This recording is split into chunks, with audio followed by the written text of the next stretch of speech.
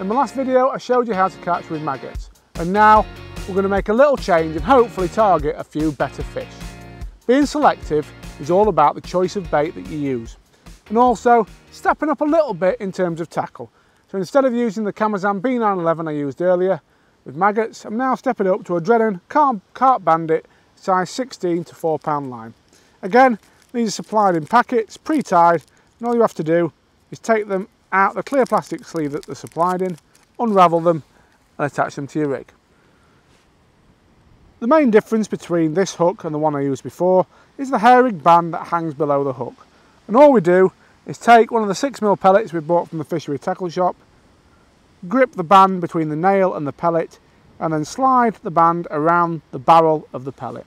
And that gives you a perfect side mounted bait that carp and F1s can't resist. But because it's slightly larger, it resists the attention of the smaller roach, perch and skimmers that we're catching on maggots. Nothing else has changed. We know we're fishing on the bottom. We know what the depths and contours of this area of the lake are, so we're just going to give it a simple underarm cast to the same area and feed a few pellets around the float. Now, again, less is more when it comes to pellets, and this is even more relevant when it comes to fishing with more selective baits, because obviously you're narrowing your target audience. You don't know how many better carp or F1s are going to be in front of you, so it's important to only feed a few at a time, try and bring a few fish into your peg, catch one and then fish for the next one. There's no sense in throwing a bag of pellets in and fishing over the top. Keep dribbling them in through the day to draw fish into the area. Also, it pays to be patient. Pellet bites are notoriously hard to hit, so it's well worth waiting for that float to be right under the water before striking and sinking the steel and landing the fish on the end. With pellets, one thing that can work well is regular casting, because carp and F1s definitely do respond to noise. So if you can keep that bait falling through the water and keep casting out, give it a minute or two when you're fishing on the bottom. Oh, there we are, a good fish straight away. It's important when you're fishing with bigger baits like pellets to set your drag, and the drag is this thing at the bottom of the reel here, and you can see that this fish is taking line. Now the reason that's happening is I've loosened this right off, so any pressure that goes on the spool here is directly translated to this spinning and releasing a bit of line. This could actually be a carp. It's fighting hard if it's an F1. Obviously we've got nice balanced tackle on here. It's a powerful rod, so we can afford to take our time and make sure it ends up in the net. All it's about when you've got a big fish is keeping gradual pressure on the fish. If it wants to swim, let it swim. I've never been one to put a large amount of pressure on any fish. So take your time, gentle pressure,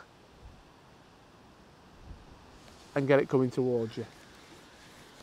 That's all it's about. You can see there, even though this is a relatively cheap rod, it's got a lovely action, tip to mid action, and that's what I mean about buying tackle.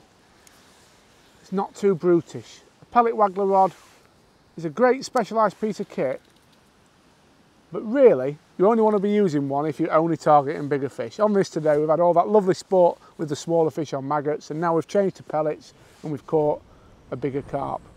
And by taking our time, we can hopefully still ensure it ends up in the net. If you can, while you're playing a fish, it always pays to keep a little bit of bait trickling into the peg. But obviously the number one priority is landing this fish. I always think you can tell if a fish is in the mouth by gentle nods. And this is a carp, I think, in the mouth, because it's nodding its head. If the fish wants to go, just let it go. What I've done now, I've flicked the switch on the back of the reel. That's called an anti-reverse, and that means if a fish wants to run, you can let it run. And I much prefer to control fish like this at the netting stage. I have my little finger on the bail arm, so if it runs, all I'll do is lift my finger up so the fish can run away.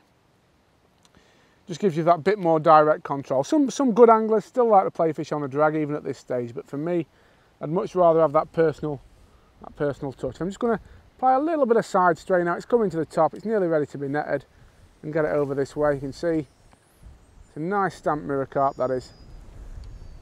And there he is on the top. Hopefully in a minute.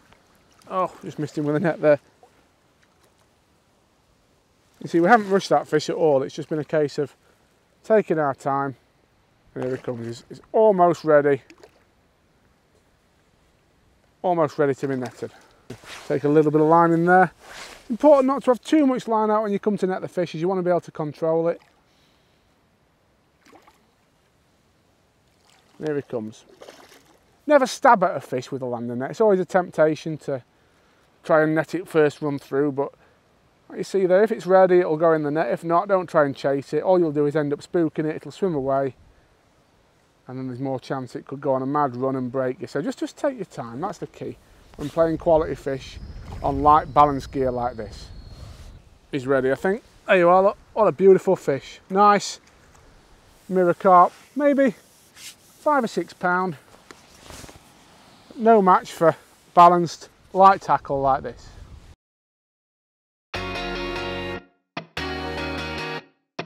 So there you have it, folks, the power of the pellet.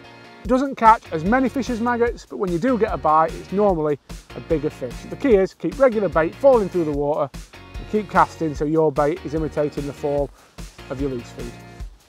When you do get a bite, take your time. As often as I said, you can get some really big fish on this tactic, so just make sure that they end up in the net. I hope you've enjoyed this short series of videos on what you can do with some very cheap and very basic float fishing equipment. If you want any more information at all, please enjoy my channel. There's loads of information on here, as you can see. And if you like what you see, please give us a like and a share, and we'll try and get some more basic videos like this for you to enjoy.